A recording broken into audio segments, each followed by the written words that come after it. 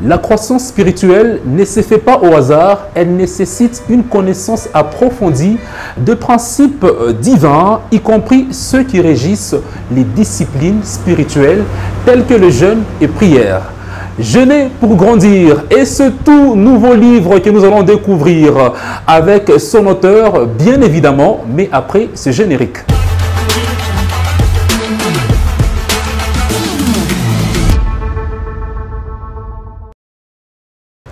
Bienvenue à tous dans ce podcast Grand et Major de les réaliser. En tout cas, pour moi, c'est le premier numéro pour cette année 2025. Nous allons découvrir ensemble ce tout nouveau livre, Jeûner pour grandir, avec son auteur qui est un serviteur de Dieu, exerçant le ministère prophétique dans plusieurs coins du monde, bien évidemment, pour le salut des âmes.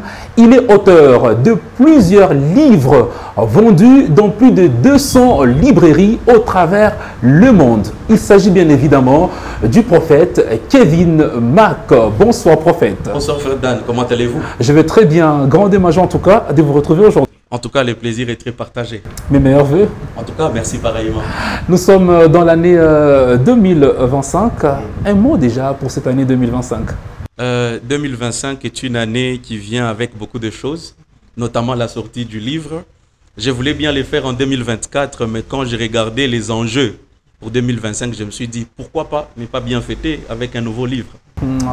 Pourquoi pas ne pas bien fêter avec un nouveau livre? Moi, je peux le dire, parmi tant de livres que vous avez déjà écrits, celui-ci, on peut les considérer comme le nouveau bébé. Exactement. Jeûner pour grandir. Pourquoi voulez-vous nous parler du jeûne pour la croissance? D'habitude, quand j'ouvre ma messagerie sur les réseaux sociaux ou même sur WhatsApp, la question qui revient très souvent est celle de savoir, prophète, qu'est-ce que je dois faire pour grandir spirituellement? Plusieurs personnes me disent, prophète, j'ai un don spirituel, prophète, je sens que Dieu veut m'amener à la prochaine étape, mais qu'est-ce que je suis censé faire? Par la suite aussi, j'ai rencontré plusieurs personnes que je trouvais en train de jeûner, mais malheureusement qui les faisaient très mal. J'ai rencontré des gens qui ont jeûné et par après, ils sont tombés malades. J'ai compris que plusieurs personnes avaient du mal à savoir quand il faut jeûner, comment il faut jeûner, pourquoi il faut jeûner et c'est quoi les temps précis pour jeûner. Je pourrais dire c'est un constat qui m'a permis de rédiger les livres. Mais au-delà de ça, il y a aussi une inspiration divine. Dieu m'a beaucoup inspiré par rapport au livre et par rapport à ce que son peuple avait besoin dans cette saison, notamment 2025. Je crois que ce constat a des résultats bénéfiques pour le peuple de Dieu. Moi, j'aimerais que nous puissions directement plonger sans plus tarder dans ce livre « Jeûner pour grandir ». Je l'ai parcouru. En tout cas, j'ai beaucoup aimé la structuration de ces livres qui est vraiment très bénéfique. C'est comme un repas, un aliment qui est bien accompagné, mais il y a aussi une très bonne répartition. Dans la première partie, prophète Mack, dans le livre « Jeûner pour grandir », vous nous parlez de l'âme, vous nous parlez de l'esprit. Pourquoi avez-vous voulu commencer par nous parler de l'âme, de l'esprit, et ne pas directement aller vers les jeûnes et prières? Ok. La première des choses que nous devons savoir, c'est que avant que je ne puisse parler de la croissance, il faudrait que je puisse placer les bases au niveau de comment l'homme fonctionne. L'homme, il est tripartite, selon ce que les Écritures ou la Bible nous présentent. La Bible dit dans Genèse, le chapitre 2, le verset 7, que pour créer l'homme, Dieu avait réuni la terre et en soufflant dans les narines de l'homme, Dieu souffla son esprit et l'homme était devenu une âme vivante. Donc, pour comprendre la croissance de l'être, il faut comprendre la constitution de l'être. Donc, c'est-à-dire, il faut comprendre l'esprit, c'est quoi? Il faut comprendre l'âme, c'est quoi? Et plusieurs personnes, frère Dan, ils ont du mal à grandir spirituellement. C'est parce qu'à un niveau, au niveau de leurs âmes, par exemple, c'est bouché. Ils ont du mal peut-être à capter qu'ils ont une partie qui s'appelle l'esprit et c'est cette partie qui révèle la partie divine au-dedans d'eux. Donc, il est important qu'en mettant les bases, que nous puissions comprendre comment l'homme est constitué afin de connaître les processus de sa croissance. Et moi, je reste toujours dans ce livre, en tout cas, que j'aime déjà. À la page 18, Exactement. vous nous parlez beaucoup plus de l'esprit. Mais moi, j'aimerais savoir, y a-t-il des conséquences, parce que c'est relevé dans ces livres, de la personne qui ne prend pas conscience de son esprit et de la personne qui ne nourrit pas son esprit? Est-ce qu'il y a des conséquences? J'aime ce que Job est en train de dire dans Job, le chapitre 32, le verset 28. Il dit ceci: en réalité, dans l'homme, c'est l'esprit. Frère Dan, je peux vous garantir une chose: si vous négligez votre vie spirituelle ou si vous négligez la connaissance sur comment l'esprit déjà de l'homme fonctionne, vous aurez du mal à aller très loin avec Dieu. D'ailleurs, peut-être pour ne pas entrer encore beaucoup plus dans les livres, il y a deux choses qui se passent quand une personne néglige l'esprit ou la connaissance ou à apprendre comment l'esprit fonctionne. L'homme, quand il ne comprend pas comment l'esprit fonctionne, il perd la sensibilité spirituelle. Parce que vous allez comprendre que dans les jardins d'Éden, Adam était un être spécial parce qu'il était esprit. Quand Adam perd sa capacité de l'esprit, vous allez voir qu'il perd sa sensibilité à écouter Dieu. Adam avait l'habitude d'écouter Dieu chaque soir, mais quand il perd ses aptitudes dans son esprit, Adam ne sait plus entendre la voix de Dieu. Premier signe d'un chrétien qui ne maîtrise pas ou qui a un esprit qui est encore faible, c'est que vous allez remarquer qu'il n'a pas la sensibilité de l'esprit. Il ne peut pas écouter la voix de Dieu. Et vous allez voir encore la deuxième chose qu'on remarque chez une personne qui a du mal à grandir spirituellement ou une personne qui a un esprit faible, vous allez voir qu'il a du mal à accomplir les tâches divines. Vous allez voir par exemple dans 1 Samuel, le chapitre 10, le verset 15, c'est Samuel qui dit à Saül, il dit: tu seras à Gibéa Elohim, l'esprit de Dieu te saisira, tu seras changé à un autre homme. Donc c'est-à-dire quand vous voulez accomplir votre mission avec Dieu, vous avez besoin que Dieu optimise votre esprit. Vous avez besoin que votre esprit passe au niveau supérieur. Ce sont ces deux éléments qui montrent qu'une personne a encore un esprit faible et qu'il a négligé sa spiritualité. Et comment arriver à nourrir son esprit? Arriver à nourrir son esprit, il y a plusieurs éléments. L'esprit est nourri par plusieurs choses, dont notamment la thématique de notre livre, les jeûnes et la nourriture de l'esprit.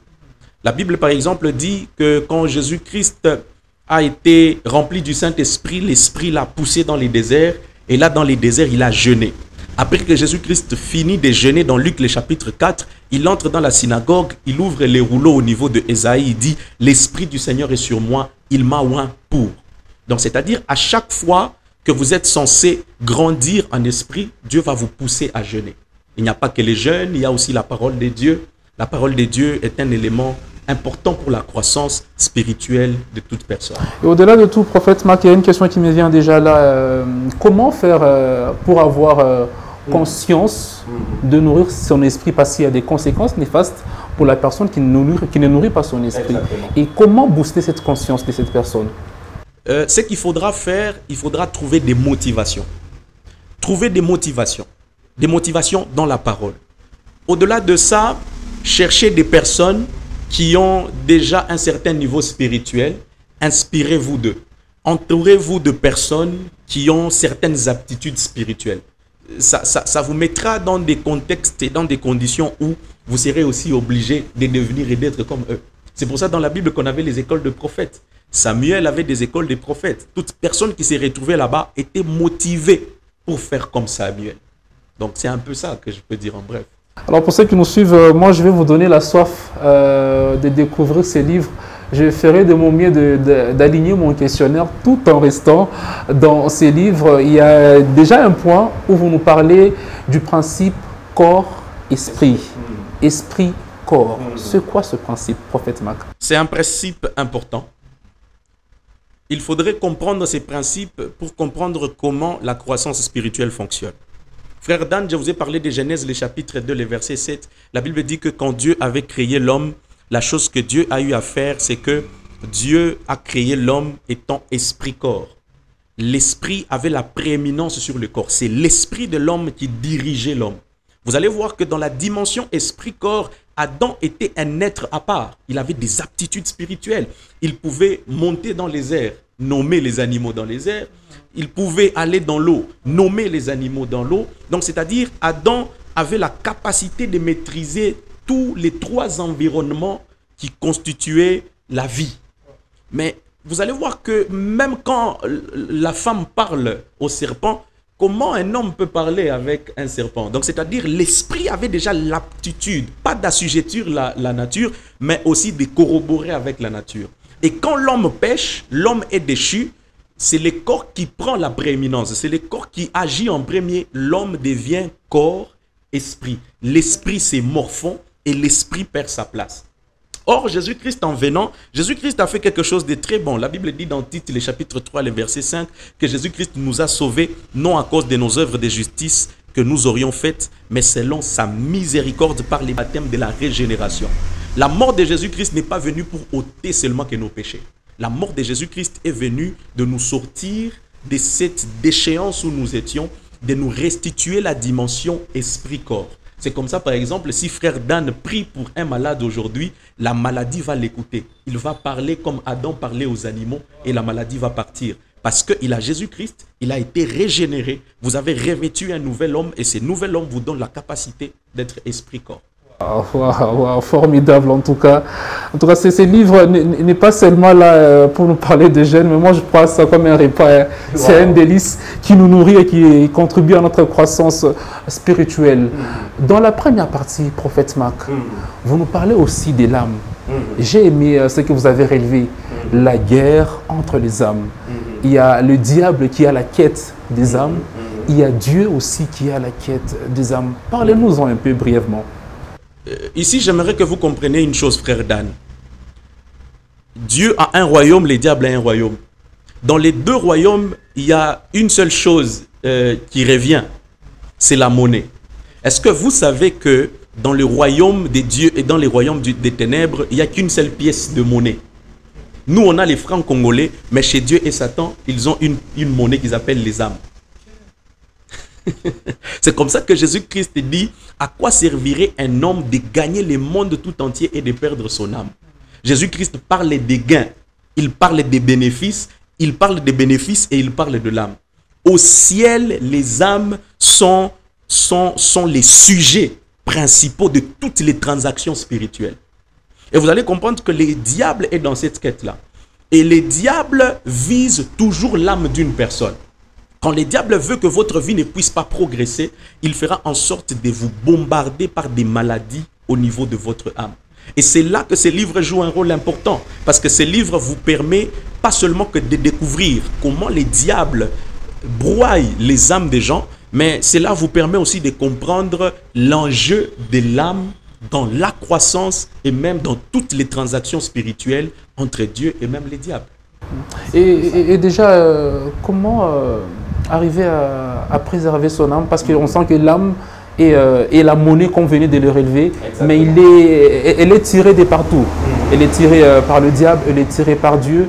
Mais comment arriver à choisir le bon côté pour son âme? J'aime ce que Jésus-Christ dit à ses disciples lorsqu'il est à Gethsémani dans Luc, le chapitre 21, le verset 36. Jésus-Christ dit, veillez et priez afin de ne pas tomber dans la tentation. Frère Dan, l'erreur de plusieurs chrétiens, ils préfèrent mieux prier, mais ils ne veillent pas. Sur l'âme, on prie, mais sur l'âme aussi, on veille. Si vous ne veillez pas sur votre âme, sur ce qui entre au-dedans de vous, il vous sera difficile, frère Dan, de progresser spirituellement. L'âme est détruite par rapport à ce que nous laissons entrer au-dedans de nous. Le diable fera en sorte que vous recevez des informations.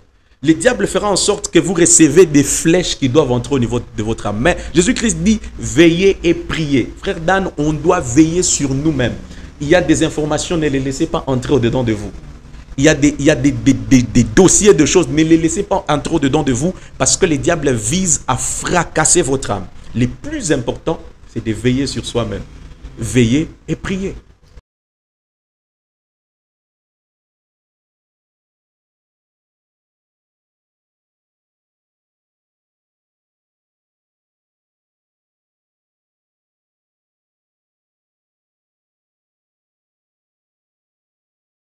J'en ai répertorié, je crois, 5 ou 4. J'ai parlé de la rétrogradation, j'ai parlé de la solitude, j'ai parlé du dégoût et j'ai parlé du regret. Ce sont les principales maladies qui attaquent, que les diables utilisent pour attaquer les âmes de toute personne. La rétrogradation, par exemple, est une maladie dangereuse, frère Dan, parce que c'est une maladie qui vous fait revenir en arrière. Vous qui gêniez, vous qui serviez l'Éternel, mais depuis un moment, vous rentrez comme si vous deveniez un bébé spirituel. Et comment on l'attrape cette maladie? La rétrogradation, on l'attrape, c'est quand on devient paresseux spirituellement. C'est quand on ne veille pas sur soi-même. Frère Dan, toutes les 4 maladies que j'ai citées, ce sont des maladies qui arrivent à toute personne qui ne met pas des garde-fous autour d'elle. Par exemple, tu changes tes amitiés, tu changes tes fréquentations. Il y a des gens que tu côtoies qui sont dans une mauvaise vie. Il est très probable que vous puissiez rétrograder. Par exemple, la solitude. J'ai dit, il y a 2 types de solitude, frère Dan. Toute solitude ne vient pas du diable. 2 types de solitude. J'ai parlé dans les livres de la solitude d'Élie le Tishbite et la solitude de Judas. La solitude de Judas est une solitude qui vous pousse, après avoir commis un forfait contre Dieu ou un péché, ça vous pousse à aller dans votre coin. Et quand vous allez dans votre coin, vous avez des remords et ces remords vous poussent à vous suicider vous-même.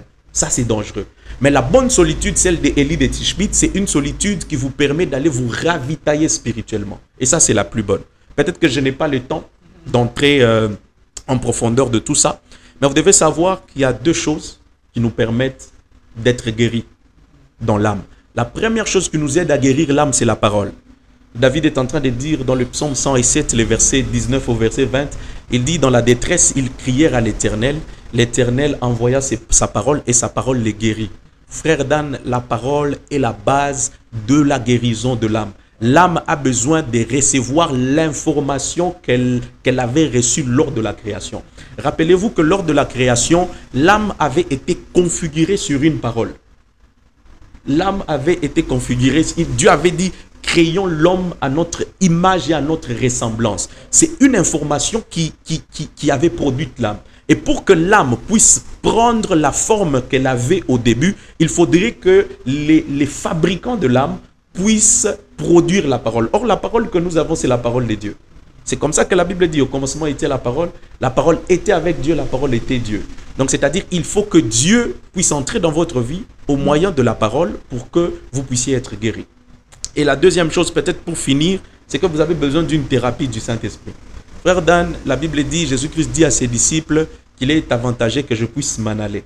Parce que si je ne m'en vais pas, je ne vais pas vous envoyer le Saint-Esprit. Quand le Saint-Esprit sera venu, qu'est-ce qu'il fera? Il convaincra le monde. Frère Dan, le Saint-Esprit maîtrise la technologie de changer l'homme. L'homme peut être changé que par le Saint-Esprit. La Bible dit, il convaincra le monde. Or, le monde, en grec, c'est quoi? C'est le cosmos, l'ensemble des systèmes, l'ensemble des choses qui ont été fabriquées, créées ici sur Terre. Donc, je pourrais dire ça en bref.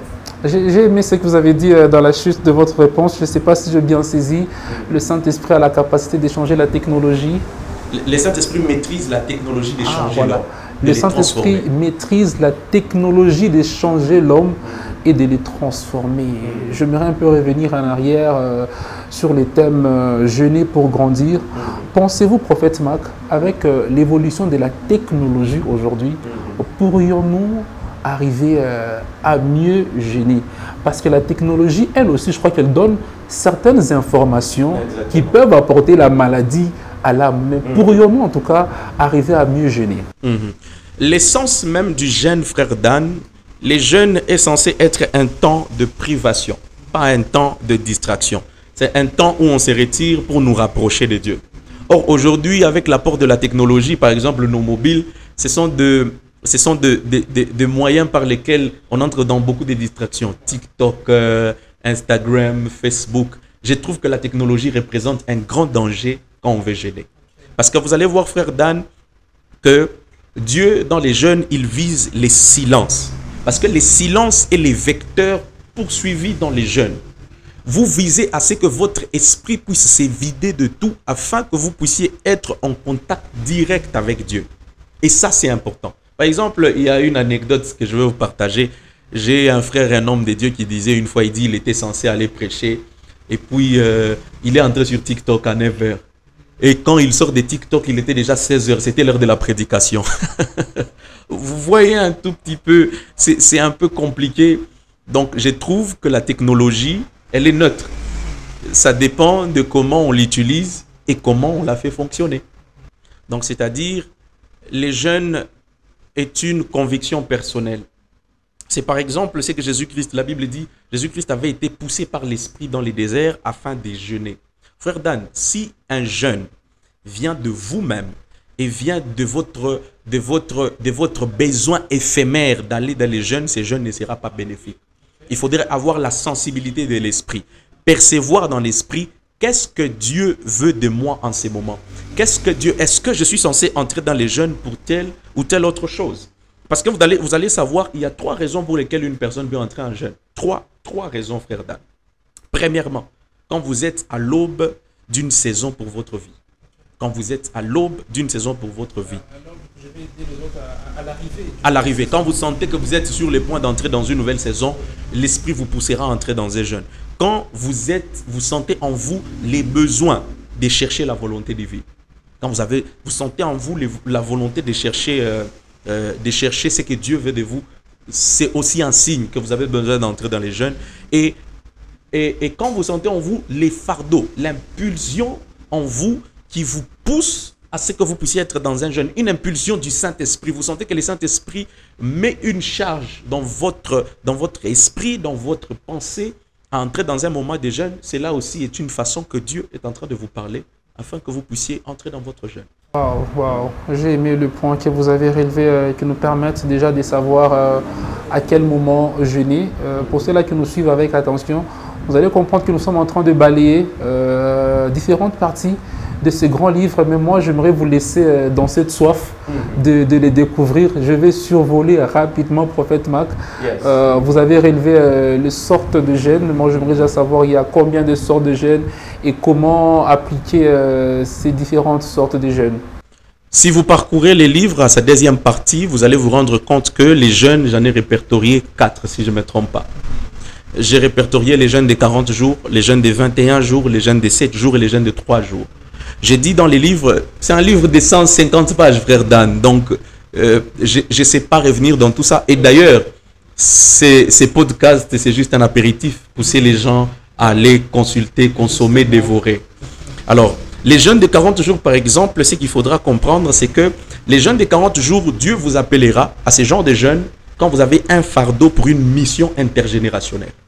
Frère Dan, toute personne dans la Bible que Dieu a appelée pour une charge, une mission dans une génération, Dieu a mis sur lui les fardeaux d'un jeûne de 40 jours. D'ailleurs, par exemple, vous allez voir Jésus-Christ.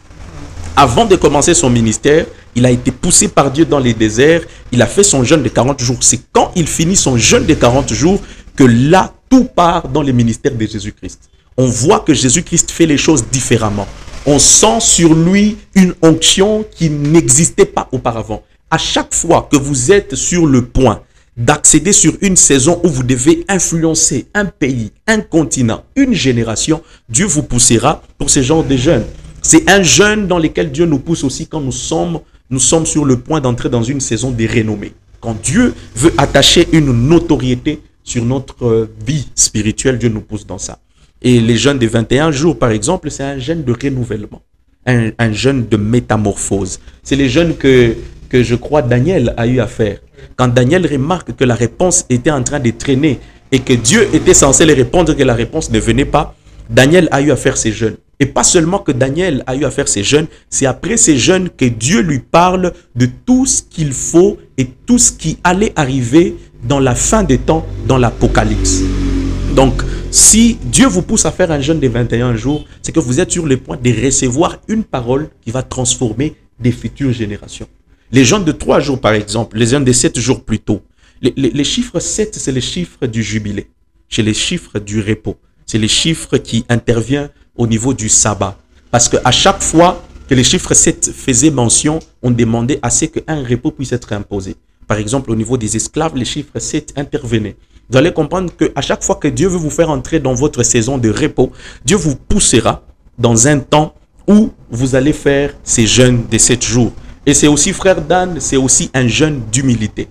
Quand vous avez besoin de monter dans votre dimension d'humilité, c'est un jeûne que Dieu vous mettra à cœur. Parce que vous allez voir une chose, que le roi David, quand il pêche contre Dieu et que Dieu veut tuer l'enfant de Bathsheba, il entre dans un jeûne de 7 jours. Et ces jeûnes, les buts de ces jeûnes-là plutôt, c'était que Dieu puisse changer son avis par rapport au fait de tuer l'enfant.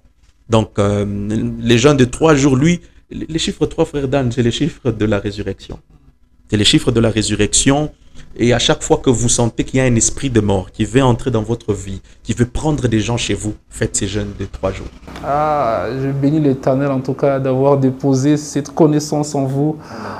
C'est vraiment pour moi une joie et c'est un repas que je suis en train de déguster dans ce podcast avec vous. Et il y a d'autres personnes qui peuvent se demander comment savoir si mon jeûne marche et si ça ne marche pas, que dois-je faire? Est-ce qu'il y a des jeûnes qui ne marchent pas aussi professionnellement? Exactement. Ouais, alors, comment savoir si ça marche? Et au cas où ça ne marche pas, qu'est-ce que la personne peut faire? Frère Dan, il est important de savoir une chose.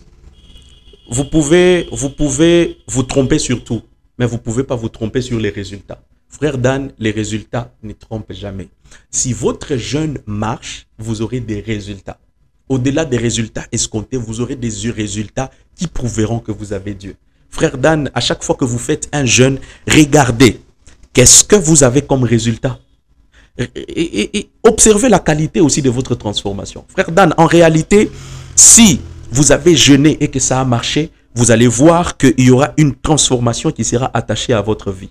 Vous allez les remarquer. Frère Dan, si vous êtes transformé, vous ne pouvez pas contourner cela. Vous allez sentir que ça, ce n'est plus le frère Dan Mouyambo que j'ai connu il y a 2 ans. Les jeûnes créent la transformation. Aucune personne qui jeûne et que ces jeûnes est agréé par Dieu, ils restent les mêmes. Non, j'aime ces musiciens qui disent « Je n'ai jamais vu un homme qui passe près de la croix et rester les mêmes ». Il y a toujours une marque qui va rester sur votre vie. Et peut-être la dernière chose, peut-être c'est comment savoir que votre jeûne fonctionne. Votre jeûne fonctionne, vous allez sentir que vous aurez une paix.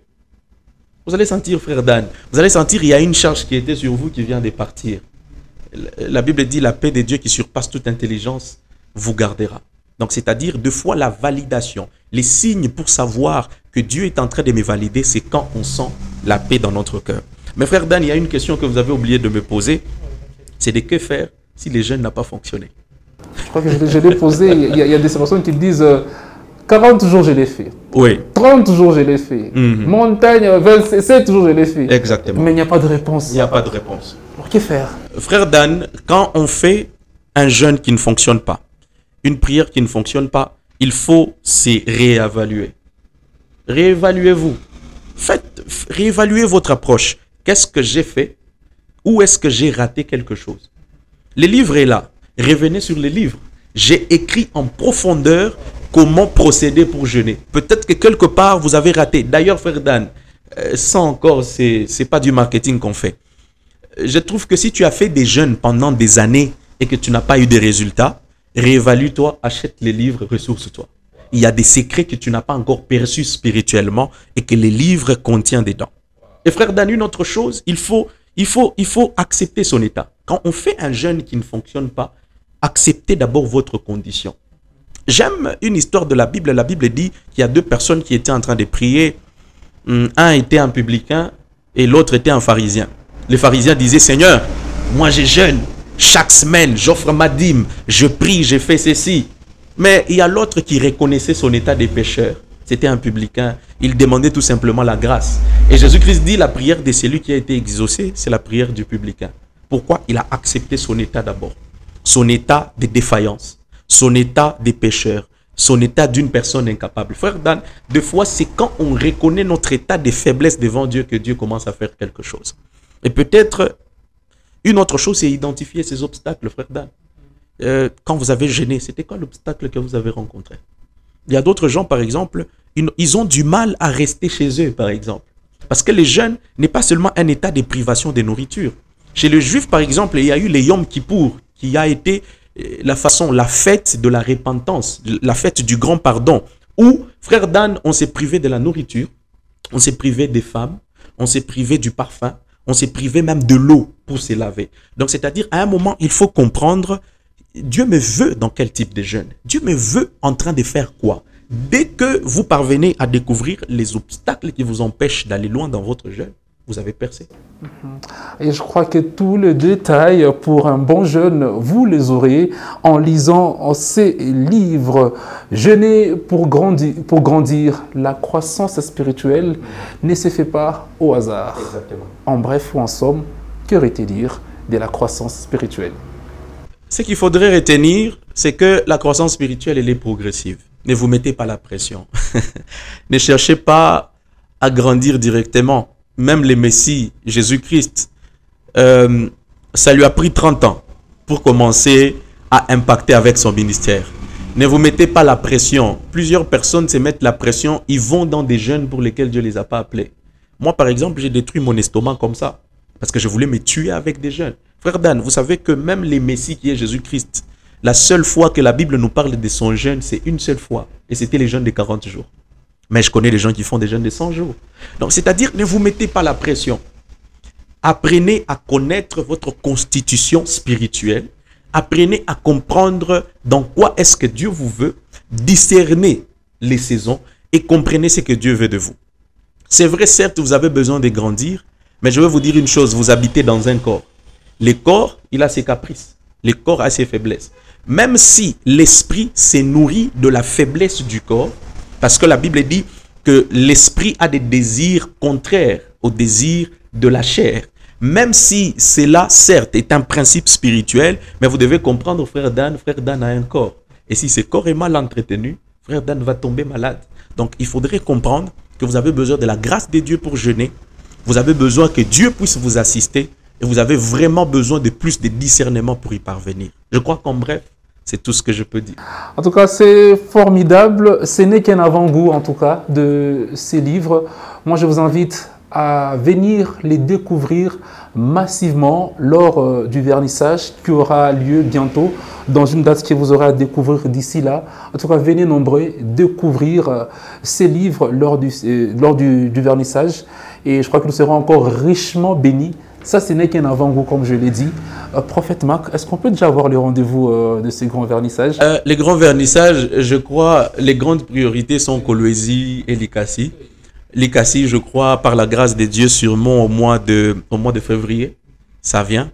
Kolwezi, le mois de mars. Mais pour tous ceux-là qui sont ailleurs, les livres, vous pouvez l'avoir. Allez sur Google, tapez les titres « Jeûner pour grandir » par le prophète Kevin Mark. Les livres sont vendus dans plus de 120 librairies dans le monde entier, notamment sur Amazon. Il y a des gens qui achètent en Europe, en Asie, aux États-Unis. Donc, si vous avez besoin du livre, faites un tour sur Amazon, faites un tour sur Apple Store, faites un tour sur Google Play Store. Le livre, il est disponible partout. Donc, attendez-vous à des dates parce que, par exemple, j'étais à Kasumbalesa. Je n'avais pas prévu faire un vernissage, mais on a fait quelque chose rapidement. Le livre a été vendu. Donc, il se peut que les choses puissent aller comme ça. Et la grande priorité sera Kinshasa. Je crois sûrement Kinshasa au mois de février, il y aura un point de vente et tout le monde pourra avoir son livre facilement.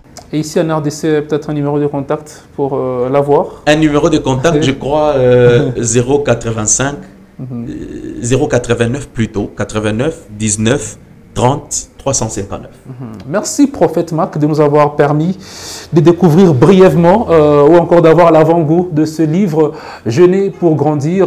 Vous avez aimé, abonnez-vous à cette page et partagez massivement la vidéo pour sauver plusieurs. Et on se retrouve lors du vernissage pour ceux qui sont à Likasi et à Kolwezi. Dieu vous bénisse.